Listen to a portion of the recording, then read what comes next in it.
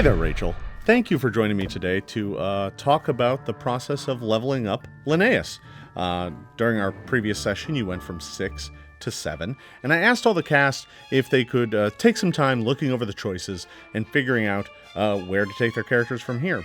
There's a couple basic things we do every time we level up, right? We get some more hit points based on our class, and we get things based on the class advancement table. Now, Linneas is obviously a cleric, so there's one big thing you get at 7th level right away, and that's your 3rd doctrine.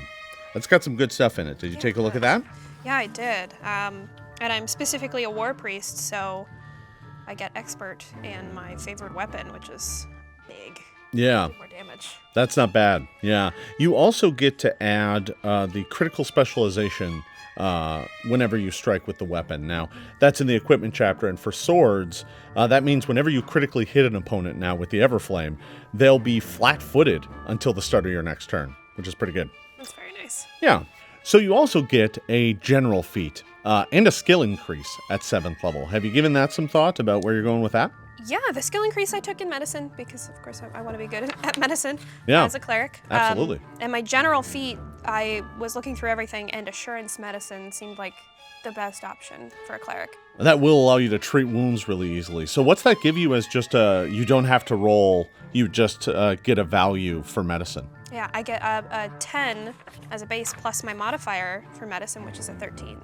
So that's like a 23, which allows you to shoot at that 20 that, I think in season 1, you just stuck with 15 because you didn't want to fail. Yeah, I mean, I get it.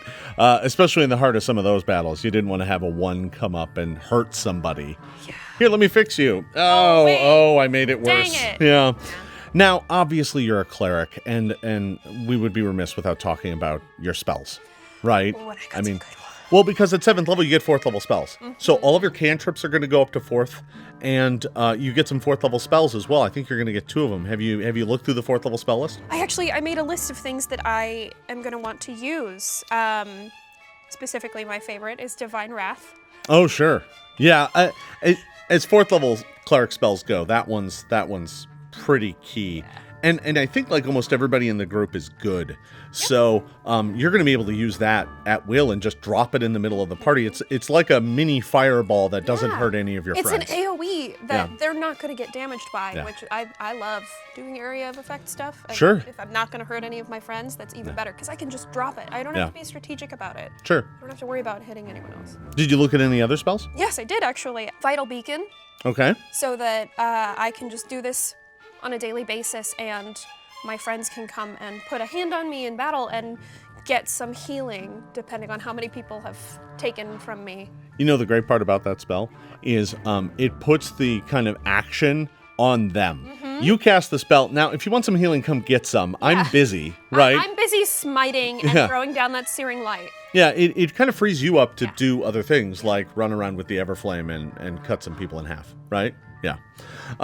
That's awesome. Are there any other spells that are kind of interested to you? Yeah. I mean, I looked at Remove Curse because there's some like debuffing things that we would need as a party, and Talking Corpse, which is going to be harder for her to learn because that's very Linneas. She would. It's in the flavor of Linneas to be able to do that. Yeah. But also, one of my favorite things that I saw was Read Omens. Oh, yeah, that spell. So you talked about Talking Corpse and Read Omens. I think both those spells are uncommon. Yeah. Now, what that means in our game is that you generally can't just choose them freely. You have to either seek out a special council or beseech your deity, and you might not always get them. We do that so that the GM isn't constantly having to have every corpse answer every question. Hey, what did you have for dinner last night? Oh, I don't know. I don't know. No, yeah. But, in a time of need or when it's appropriate to the story, it can all work out. Yeah. So, but those all sound like great choices, and I'm excited to see what Linneas does next. Oh, so am I. Rachel, I want to thank you for sitting down with us to talk about the choices you made for your character, and I want to thank all of you for watching. If you want to see more of Linneas' exploits, tune in to Season 2 of Knights of Everflame. Thanks for watching. We'll see you next time. Bye-bye.